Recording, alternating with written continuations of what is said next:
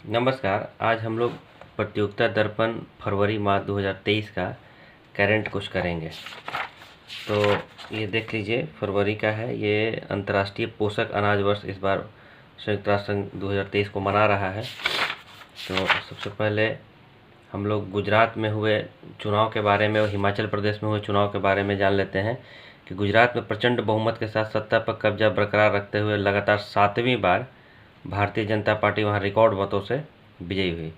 गुजरात में 182 विधानसभा की सीटें हैं। आपको याद रखने के लिए हमेशा एक चीज़ याद रखिएगा कि वहाँ स्टैचू ऑफ यूनिटी जो है उसकी भी ऊंचाई 182 मीटर है और वहाँ विधानसभा की जो सीट है वो भी 182 मीटर की है। तो 182 मीटर में 182 सीट में से 156 सीट भारतीय जनता पार्टी और 17 कांग्रेस को प्राप्त हुई। तो वहाँ विपक्षी पार्टी का दर्जा भी इस बार कांग्रेस नहीं प्राप्त कर सकी, क्योंकि विपक्षी पार्टी का दर्जा प्राप्त करने के लिए कम से कम कुल सीट का 1/10 चाहिए, यानी कि वहाँ 19 सीट चाहिए, जबकि कांग्रेस को 17 सीटें हैं। और लगातार ये 7वां टर्म है जब बीजेपी गुजरात में चुनाव जीती है और भूपेंद्र पटेल वहाँ के मुख्यमंत्री बने हैं। और उसी साथ हिमाचल प्रदेश में भी चुनाव हुआ। तो हिमाचल प्रदेश में पहले बीजेपी की सरकार थी जहाँ जयराम ठाकुर वहाँ के मुख्यमंत्री थे। तो इस बार जयराम ठाकुर यानी कि बीजेपी हार गई है और कांग्रेस जो है दोबारा सत्ता में आई है। लेकिन एक बात है कि 1985 से ये परंपरा चली आ रही है कि हर दूसरे विधानसभा के चुनाव में सत्ताधारी पार्टी चुनाव हार जाती है। तो 1985 से यही चला आ रहा है कि कांग्रेस बीजेपी। तो वहाँ पर 68 विधानसभा सीट है हिमाचल प्रदेश में, लेकिन 68 में से कांग्रेस को इस बार 40 विधानसभा सीटें मिली है। आप इसको देख सकते हैं कि 40 विधानसभा सीटें इस बार कांग्रेस को मिली है और 25 मिली है भारतीय जनता पार्टी को। और मुख्यमंत्री सुखविंदर सिंह सुक्खू बनाए गए हैं। सुखविंदर सिंह सुक्खू हमीरपुर जिले के नौदान सीट से चौथी बार विधायक बने हैं। आम आदमी पार्टी जो है सो अब भारत में राष्ट्रीय पार्टी का दर्जा प्राप्त हो गया है।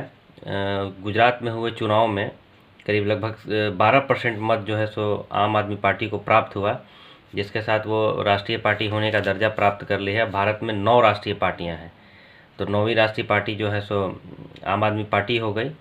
इसके साथ ही पहले 8 थी: all India Trinamool Congress, Bharatiya Janata party, Bahujan Samajwadi party, भारतीय कम्युनिस्ट पार्टी, मार्क्सवादी कम्युनिस्ट पार्टी, भारतीय राष्ट्रीय कांग्रेस और राष्ट्रवादी Congress, national peoples party.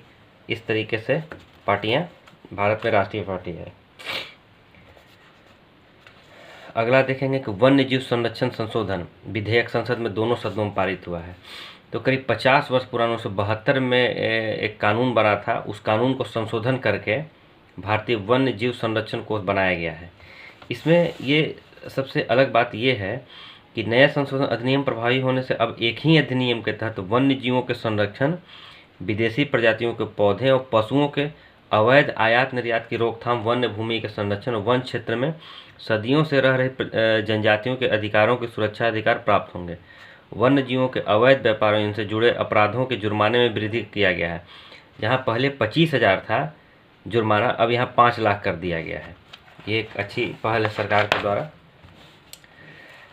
Bharat के पर्यावरण मंत्री कौन हैं? तो भूपेंद्र यादव भारत के पर्यावरण मंत्री हैं।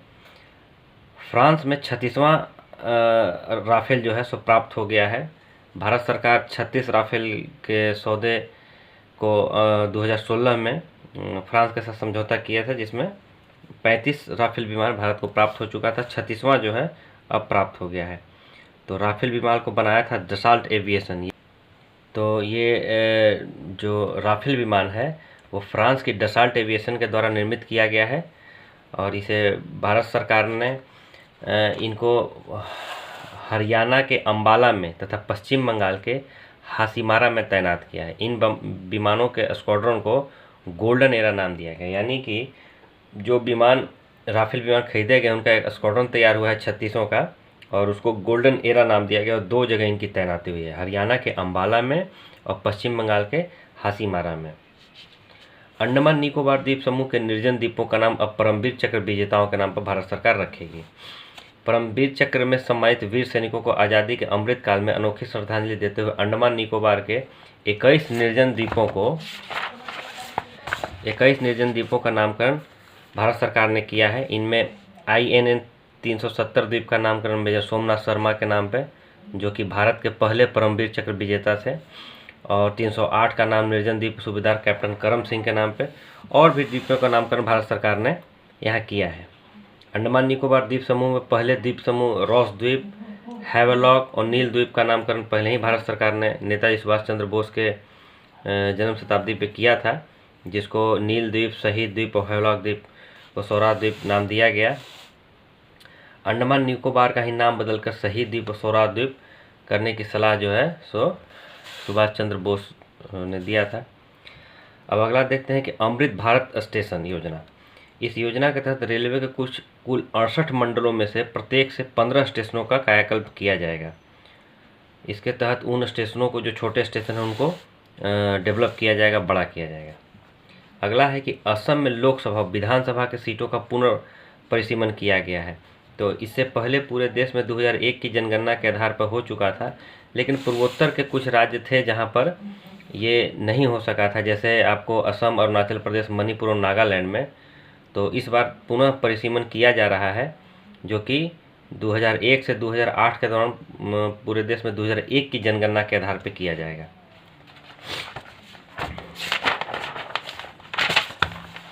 अगला है कि अरुणाचल प्रदेश के तवांग क्षेत्र में भारत और चीनी सेना के बीच झड़प हुआ है।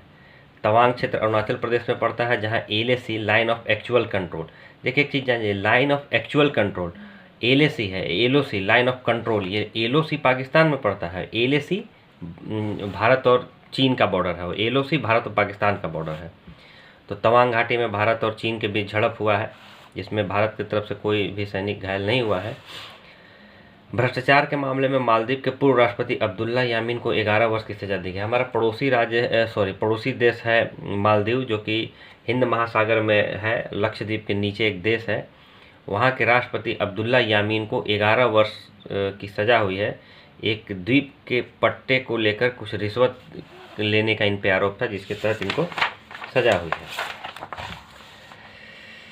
फिजी के नए प्रधानमंत्री हैं सितवीनी राबुका। फिजी एक देश है जो कि प्रशांत महासागर में, ऑस्ट्रेलिया महादेश में पड़ता है। उसके प्रधानमंत्री बने हैं सितवी राबुका।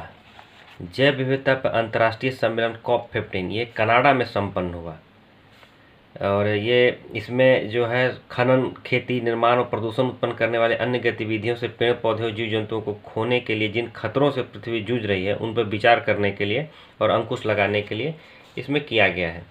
इसमें भारत की तरफ से भारत के पर्यावरण मंत्री श्री यादव जो हैं सो भाग लिए हैं। अगला और हम लोग आज लास्ट जानेंगे कि जापान, इक्वाडोर, माल्टा, मोजाम्बिक और स्विट्जरलैंड 1 जनवरी 2023 से संयुक्त राष्ट्र सुरक्षा परिषद में नए अस्थायी सदस्य होंगे। आपको पता होगा कि संयुक्त राष्ट्र संघ में 5 अस्थायी सदस्य हैं, जो कि अमेरिका, रूस, फ्रांस, ब्रिटेन और चीन हैं, और 10 अस्थायी देश हैं, तो जिनका कार्यकाल 2 साल का होता है। तो जापान, इक्वाडोर, माल्टा, मोजाम्बिक और स्विट्जरलैंड को इस बार 1 जनवरी 2023 से 31 दिसंबर 2024 तक के लिए मिला है। तो इसमें जापान जो है सो एशिया का देश है। इक्वाडोर और माल्टा, इक्वाडोर है दक्षिण अमेरिका के देश है। माल्टा जो है सो आपको यहाँ भूमध्य सागर का देश है। मोजाम्बिक और स्विट्जरलैंड, मोजाम्बिक अफ्रीका का कंट्री है, और स्विट्जरलैंड जो है सो यूरोप की कंट्री है। इनको 5 देशों को इस बार मिला है। भारत का कार्यकाल खत्म हो गया है। इस वीडियो में इतना ही रहने देते हैं, अगली बार और आगे देखा जाएगा। धन्यवाद।